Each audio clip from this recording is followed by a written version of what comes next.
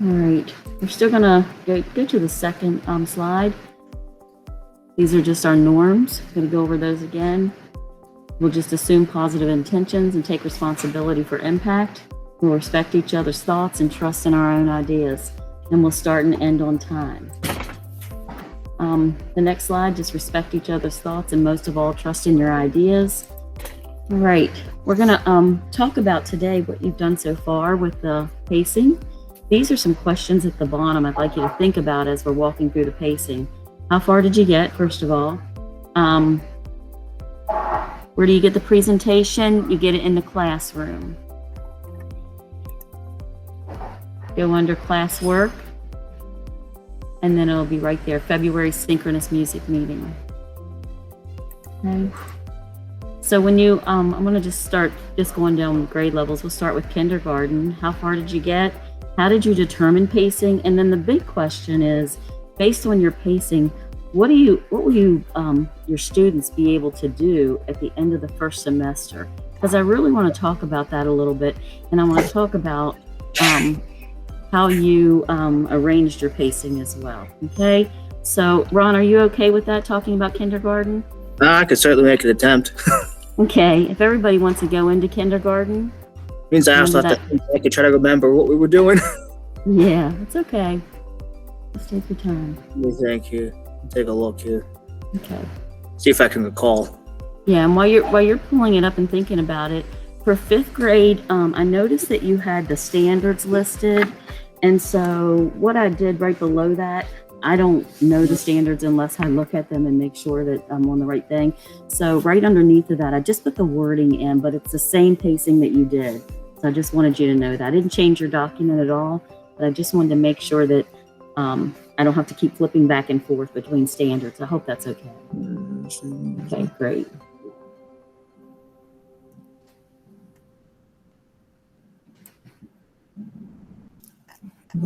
Classify. Okay.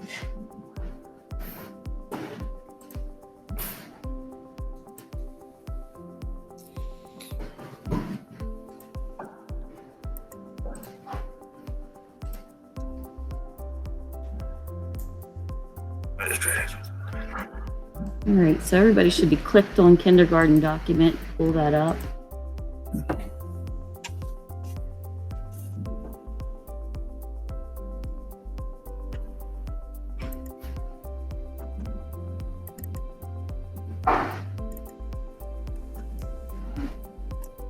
It seems like all the standards were there. Is that correct, Ron? Did you all make it through all of them? Yeah, we did get them all kind of relatively placed.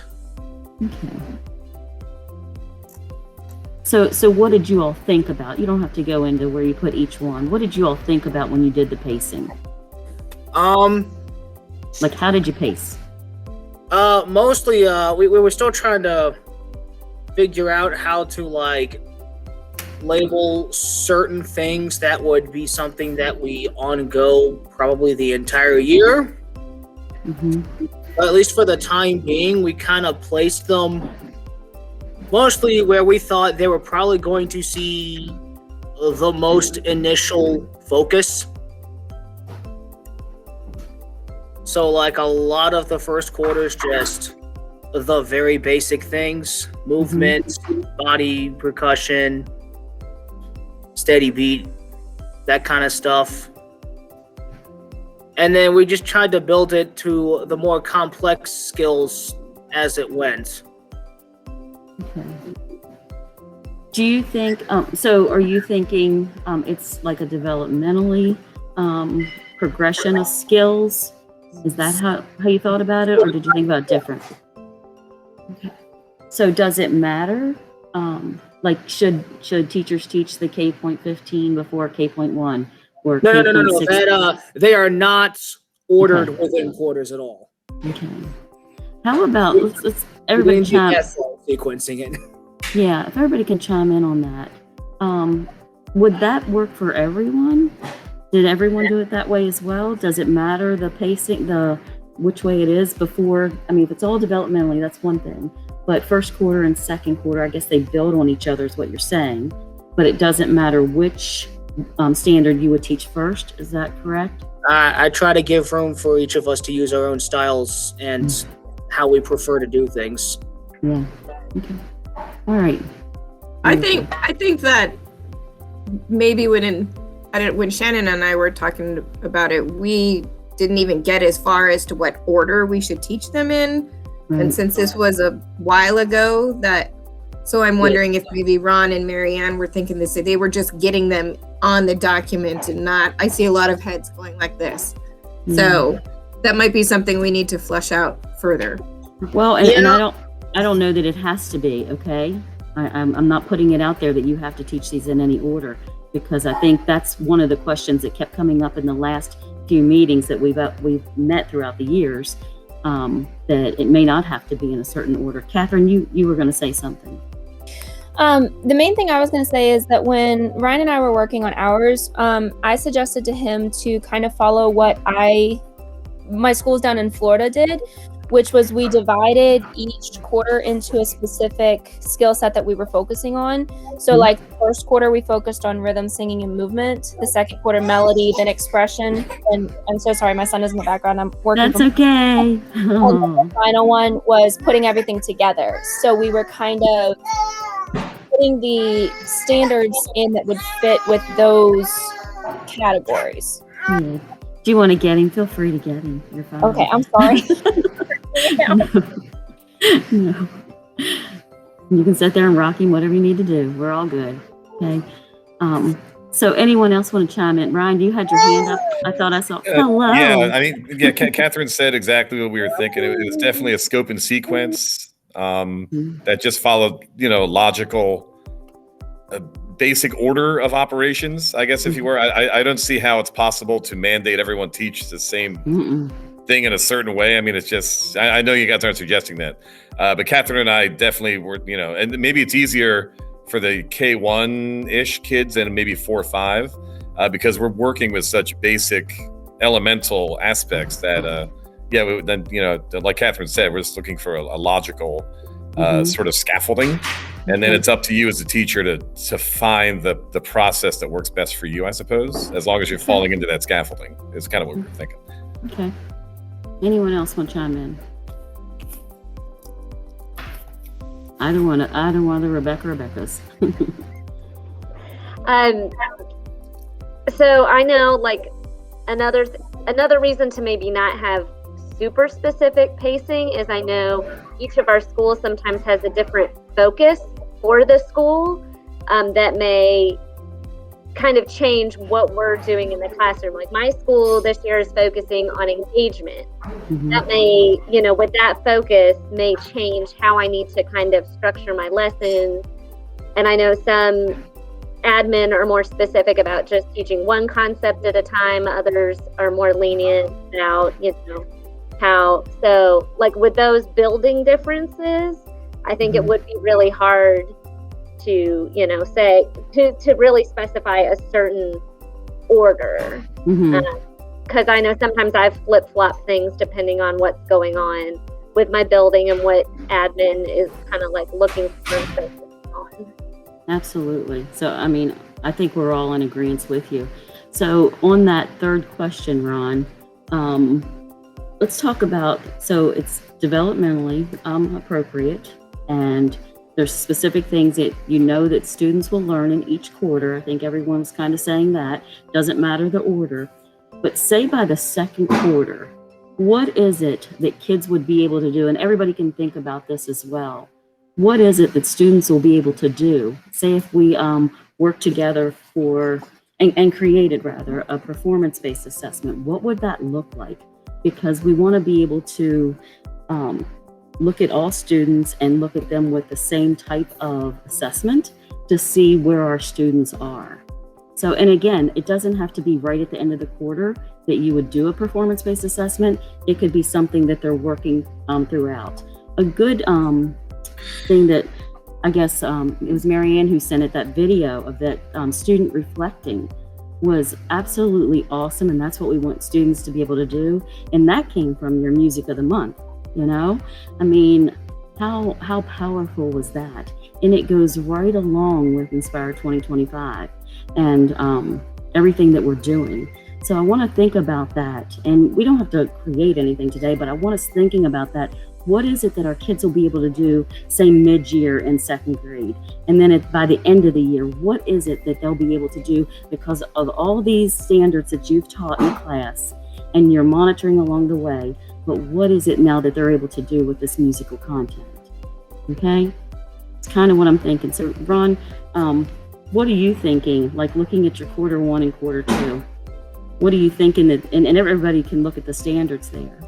What are you thinking that kids would be able to show you, be able to do? And it doesn't have to be in any certain format either, because that's where you want to get voice and choice in as well. Okay, but it certainly wouldn't be a multiple choice test. Not with kindergartners. No. Or any grade. Yeah. So what do you think, Ron? Let me look here. Let me remind myself everything in the second quarter here. Kind of get the idea.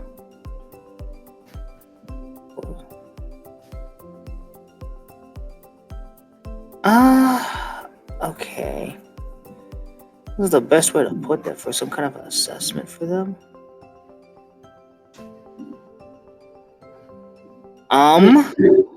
Okay, go ahead.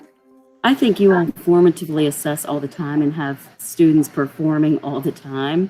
So don't overthink this, but what is it that they would be able to do?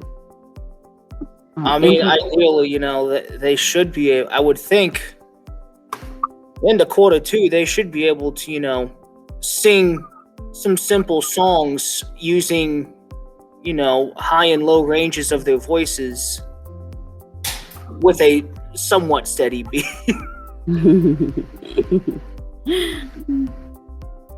Yeah, that seems like the biggest one there, doesn't it? All those different pieces. You also have some percussion instruments there, body movements, K16. So a lot of choice there in thinking about that. So I just want you kind of thinking about that as we move through the grade levels. But I really want to push towards that after this meeting and think about next steps, okay? Let's go with first grade now. Everybody could click on first grade. Okay. Sharon, I had a question. Yeah. Or 5. I don't Yeah. So when we first started working on the pacing back, fall? 5 years ago? Whatever. Okay, I was feeling like with our partner, we were putting stuff where we felt like it was a good idea, and then we were bringing it to the group to say, hey, what do you think? Does this look good to everybody else? I didn't know if we were gonna give each other feedback on any of that, or Absolutely. You're going to have a chance. that but a next step after this. Am I jumping way ahead? Yeah, a little bit ahead, but that's okay. But we just want to. Sounds like me. Well, not everyone has finished. Okay. Oh, I know. Just That's me.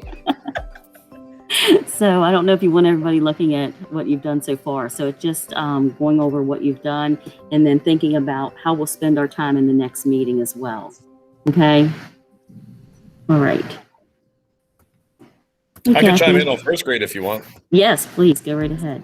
When Catherine and I were putting that together, we kind of commented on how the first 2 quarters in first grade are kind of like kindergarten plus in a way.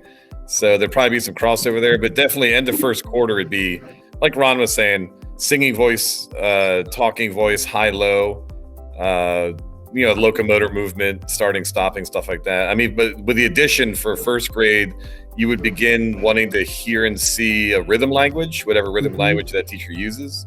But yeah, definitely the beginning of first grade, the first couple quarters, I think you'd see a lot of K crossover just to reinforce. And if you're looking at the standards, they're pretty similar in a way. But the addition of the rhythm language and you start delving into improvisation a little bit. You wouldn't maybe call it improvisation, but you would have them improvise and maybe belabor the point of it in second grade or something like that. Yeah, I like how you're already seeing the difference, Ryan, and the expectations would be higher in first grade as well. And you narrowed that down. Nice job. What do you all think of how they laid their document out with rhythm, singing, and We movement? did a lot. Oh. Sorry. That's okay. We I That's also, realized I was still, I liked it a lot. we also put down at the bottom where you have the musician of the month. That would be something that would hit Mhm. all of those 1, 4, 5, 6, 7, 8, and 9. That would hit every quarter. Mhm. So Ryan and I were actually able to, thankfully, pretty much sort out the standards. But again, it would be, as you guys have said, up to the individual teacher as to how they wanted to really go from there and focus on what to go and what to do. Mhm.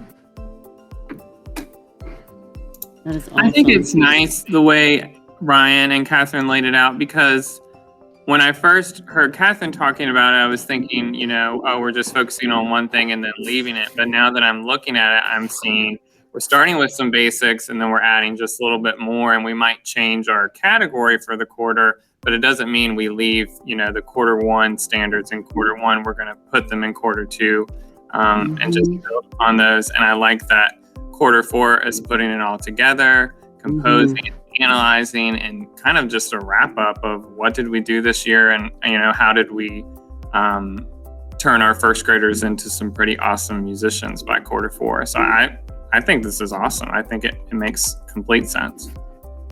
Yeah, absolutely. I had the same feeling, Tyler. And I loved how the musician of the month, they had tied it to which standards, and then just, again, putting it all together. What is it that we want our students to be able to do? Nicely done. And again, everything's flexible right now for creating this. We're just in the beginning of this, even though it's, you know, February. It's okay. All right, any questions for that group? Yes.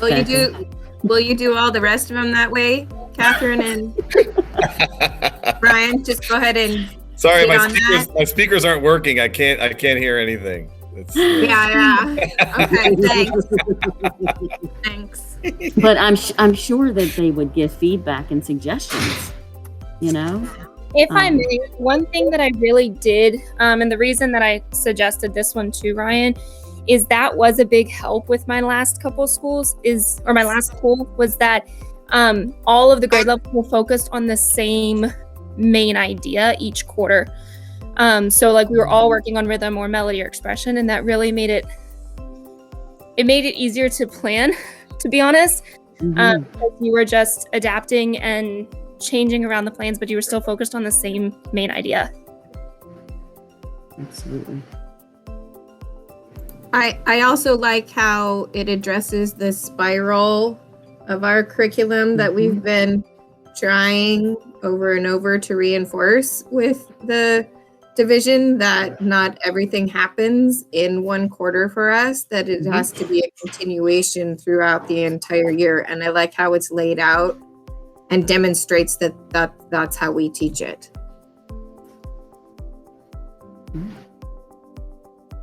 Anything else? Any other feedback for that group? All right, let's move to second grade.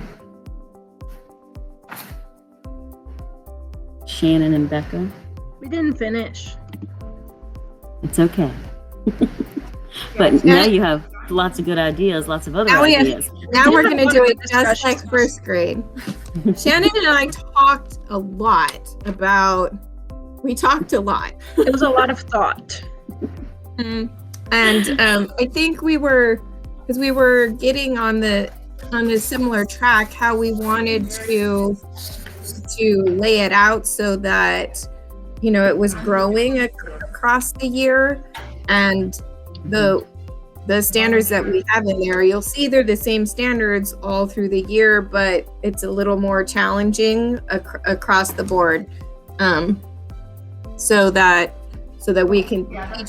We kind of had the same idea as Catherine and Ryan. We're not doing it exactly the same way as we start. Well, the three standards we put in, 2.1, 2.2, and 2.3, they each have like a breakdown, like ABCD, ABC, ABCD. So it kind of made sense to us to put like maybe, one of them in a quarter for each, if that makes sense. Mm-hmm. Yeah. Any questions for that group?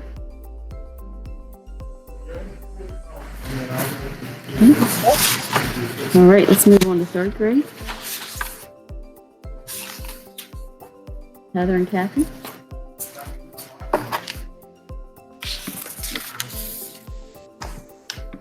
I'm just trying to look back and remember what we did. That's okay. Remember, Heather? Yeah, so I feel like it is hard kind of to think back to this, but I know as a starting place, we looked at what we had paced out before and kind of started there.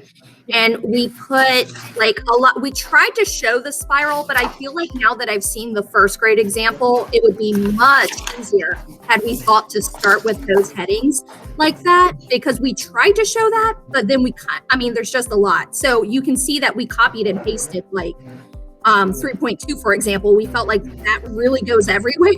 Mm-hmm. So yeah, that's what I remember us doing.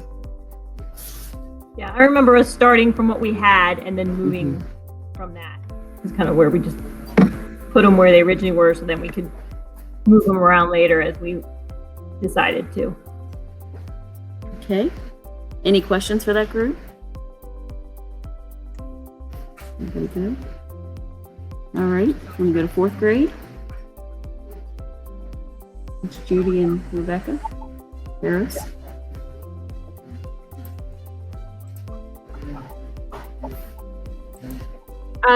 I can start. So we kind of grouped, we didn't write it as clearly as first grade did, but we did group a bunch of standards together, and I kind of just put musician of the month in parentheses and that's in all four programs.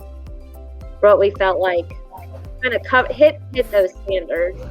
And then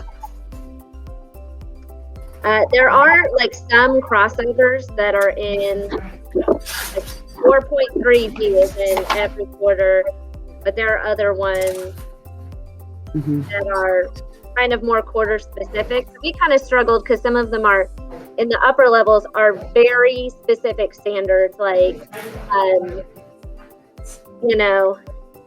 so I'm gonna find an example of like one of those that we thought was like a lot of them were review. We put in first quarter, like simple time signatures, simple dynamics, because I know most we start teaching dynamics in like first, second. We're really not going to spend a lot of time of it in fourth quarter. So it's kind of like review it. And it doesn't mean we never talk about it again, but it's definitely not the focus. First quarter, really. And then other ones are super vague, like using some sort of sight reading system for melody and rhythm, which we're doing pretty much all year long. Now we're obviously adding more rhythms and more melodies to that. The actual standard just says use a sight reading system for melody and rhythm, which by fourth grade we're doing all the time. So some of them are repetitive throughout the quarters, and others we made kind of more quarter specific, depending on if they're a more specific skill or if they're a broader skill. And I tried to make it semi-even throughout the quarters. And I kind of grouped each standard together and listed the substandards, so it's all kind of in one. So like 4.13, instead of listing A, B, C, D, E, F, I just kind of put 4.13, whichever substandard it followed, so that, because it's all kind of related to each other. So that's kind of how we ended up figuring it out, but I don't know if that makes it harder or easier to kind of see what those are. But I mean, you can see that some of them, like 4.3, 4.5, are in every single quarter. So, and then As far as the I don't really know about the halfway point for 4th grade. I feel like the end of the year is almost easier. I know a lot of us do like recorder or some sort of instrument. So I feel like maybe a good end of year would be having them compose something for their instrument and perform it. It'd be a really good end of year kind of, not only do they have to use their knowledge to compose, they also have to use kind of bridges that, you know, kind of the theoretical knowledge along with the performance based. So that might, and that would probably be the same for 5th grade. I'm not sure about a mid-year assessment, but I think a performance assessment for 4th grade would be probably pretty easy to come up with. Yeah. And again, it doesn't have to be something in the middle of the year. Okay. Right. We started out with review and apply.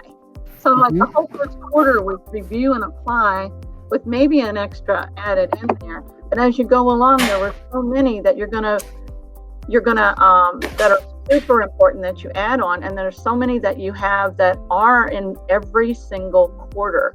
We felt like the musician of the month was extremely important, because you could it will cover so many of those oddball ones that are out there that you need to include in there, that you're going to include all the time. And then as you got toward the performance of 4th quarter, then you're going to review and apply most of that again in the 1st quarter of 5th grade. So there were some things that were not super duper time consuming. You could spend a little time on there, and then there were things that you really needed to hammer home for them to be really successful by the 4th quarter. So it was really tricky, because we had a really hard time trying to figure out where some of these things would fit in, and everybody teaches differently. So it was hard to say we have to do it here. You can't. I mean, it's so different for every one of us. We all teach so different, but then we teach the same too. We just have ways of approaching in different time frames that we apply it in. So it was. I thought it was kind of difficult. As well, it should be. You know, with something that's important. Should be, but I think putting the kids' main, putting them in mind. You've got so many that you're going to have to, with certain classrooms, every classroom even is different. You may have to do an extra lesson on one of these topics with one of your classes, because they just didn't get it the first time. You can stand on your head if you have to, but I mean, even every classroom that you walk into, you have to feel out the mood and the students that are in there and teach it a different way. So the same number in the curriculum has to be taught different ways for different students. So it's really hard to put it in a category. Yeah. I felt like you did a nice job, because I can see the review and apply, but then I can also see the building of it throughout. Well, it's going to build from kindergarten, and that's the neat about music, is that you're just going to build on top and on top and on top and on top, and keep on going. So you have master musicians. So. But that's all I have to say. Good. Any questions for Rebecca and Judy? No, I just want to say I agree with what Rebecca said about the specificity of the standards, especially 4th and 5th grade. You're dealing with such mature musicians, and like Judy just said, if someone's lacking in a little thing from K1, 2, 3, that you see it manifest itself that way, and it's definitely 4th and 5th grade is the toughest nut to crack, because then you're looking forward, aligning with middle school theoretically and all that other stuff, and it's and then plus you still want the kids to have fun and arts for art's sake and all that other good stuff. So yeah, it's tough. That's all. All right. Let's move to 5th grade. And welcome, Marianne. We're recording this, so you can have the recording as well, okay?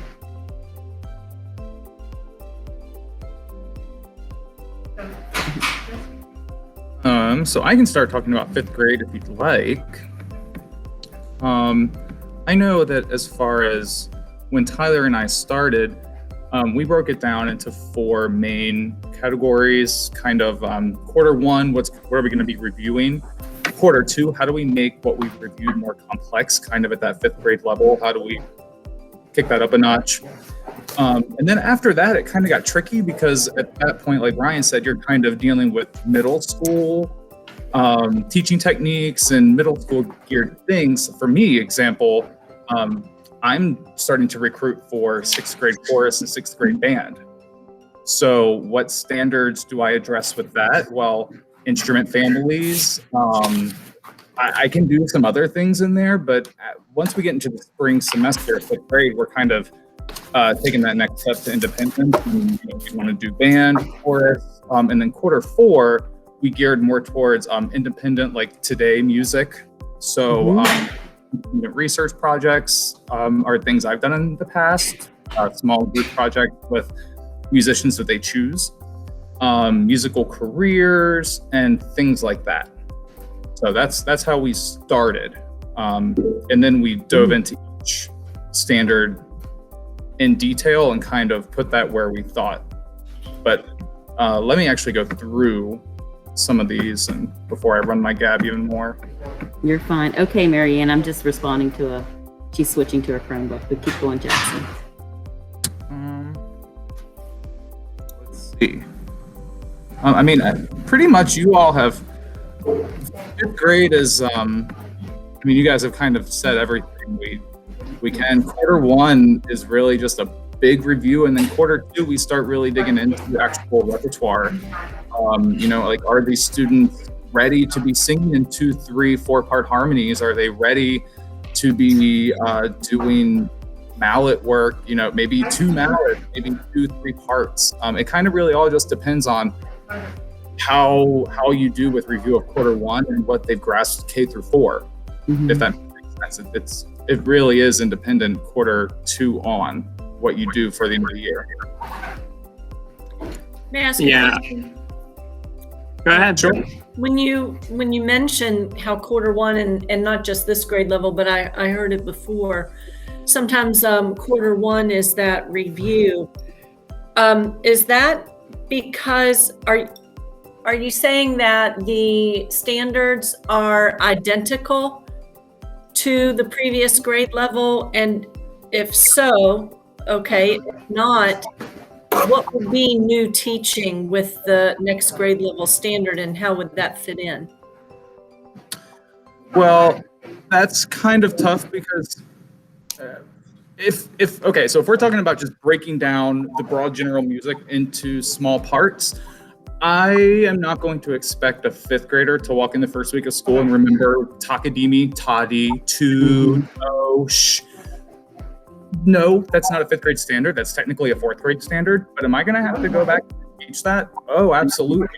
Over the summertime, they're not talking to their friends and saying Takadimi, Tadi.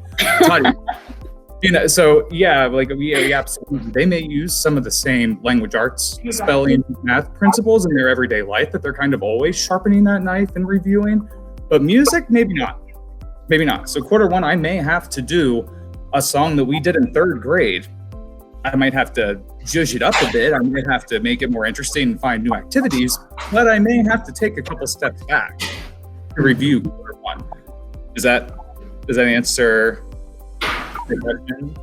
And some of the standards don't have the same wording, like going from 4th grade to 5th grade. They seem to kind of beef them up a little bit, using a counting system, using different patterns in duple and triple meter. So I usually use that as, okay, we need to review our rhythm, and maybe by quarter 1, I am able to give them one of the 3 letters underneath it. So they don't have the same wording, but we still have to review it somehow. And I don't think quarter 1 has to be a complete review. I think the first half of quarter 1 is reviewing, since we only are seeing them once a week. It takes us longer to do a review. But then the second half of quarter 1 can be adding just a little bit extra onto that.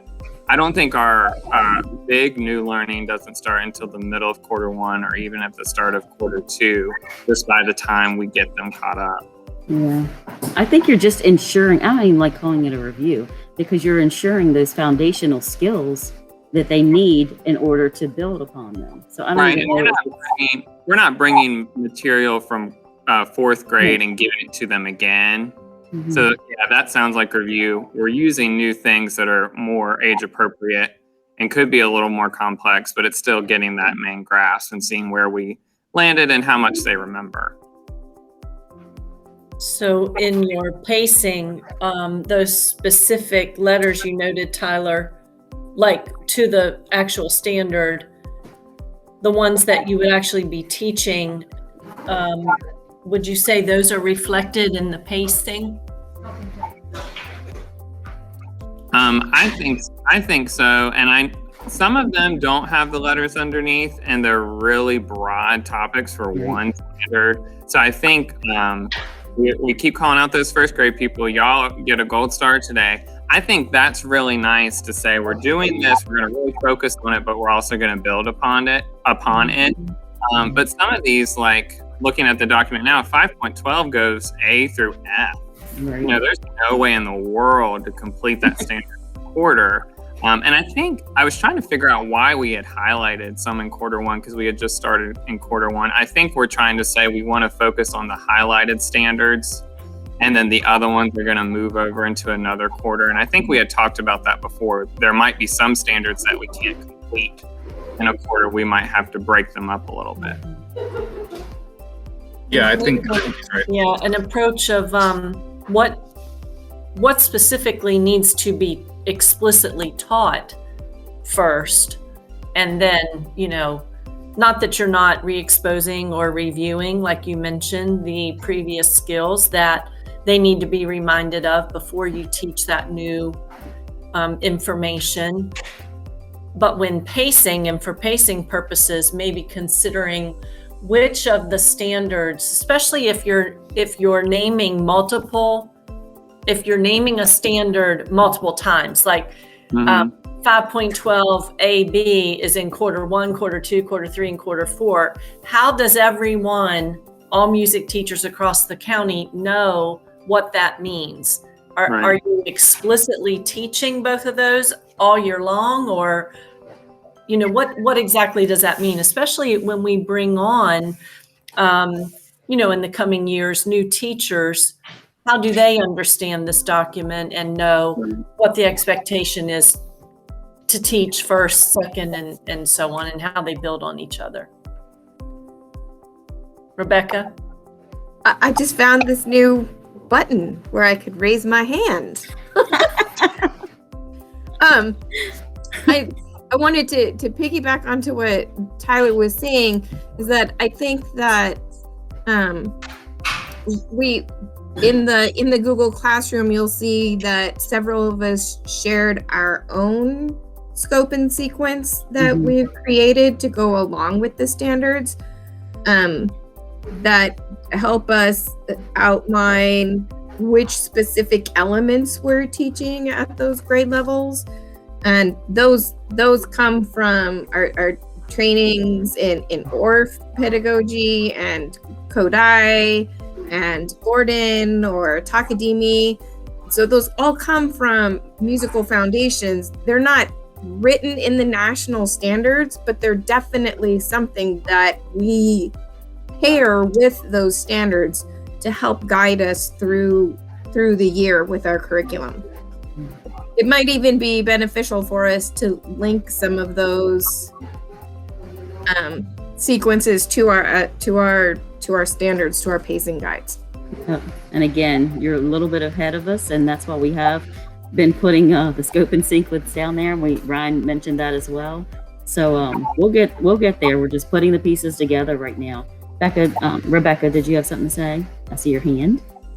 Yeah, and I think this maybe partially answers like Sue Ellen's question and I think part of it is just the contradictory we have in our standards, where some of them are very specific content and skills.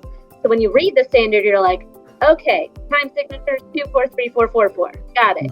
Like I will introduce that and like really hit it, you know, first quarter. And then afterwards you'll talk about it when it pops up, but that's not really your focus. That's not your, you know, your goal or whatever for the learning that day. You don't stop talking about it, but it's not your focus. But then other standards are so broad, and I think that's where sometimes the confusion comes in, because the standard itself is so overarching that you're like, well, what is that? Like, we use a counting system, and they didn't give us a specific one, which we like because a lot of us have our own methods.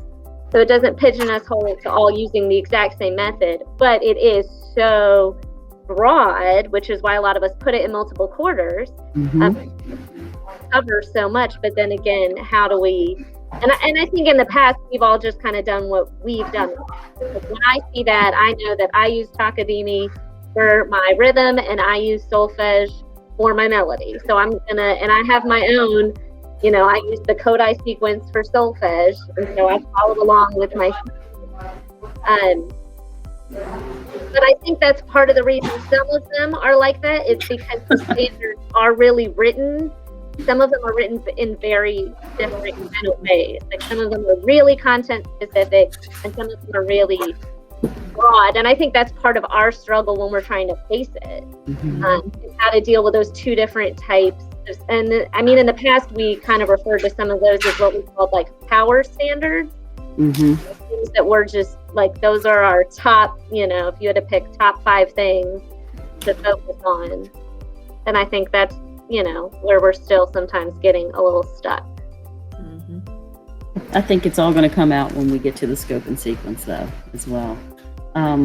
So what I'm hearing today, thank you for all the work that everyone's been doing, by the way. I didn't really think we were going to get this far, but I'm glad we did. And there's still, you know, some work to do on these documents. So, but what I'm hearing, though, is you all liked Catherine and Ryan's layout framework.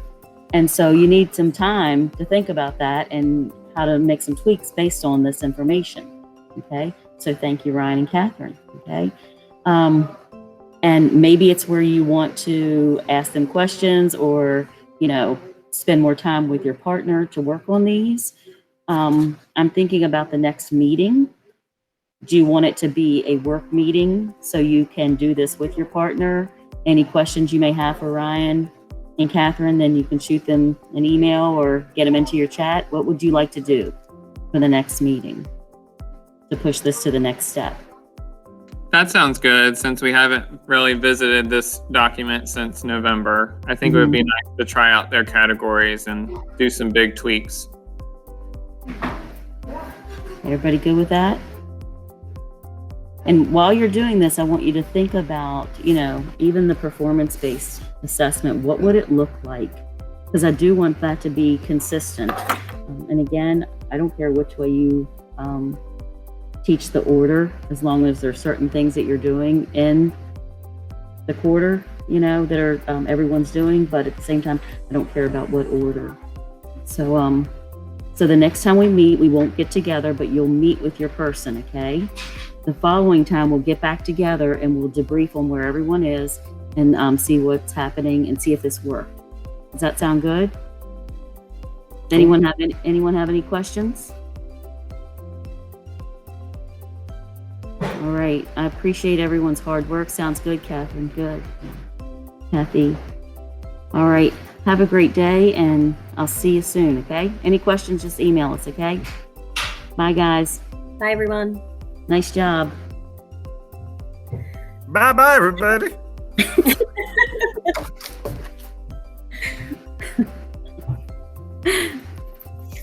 Is that Ryan?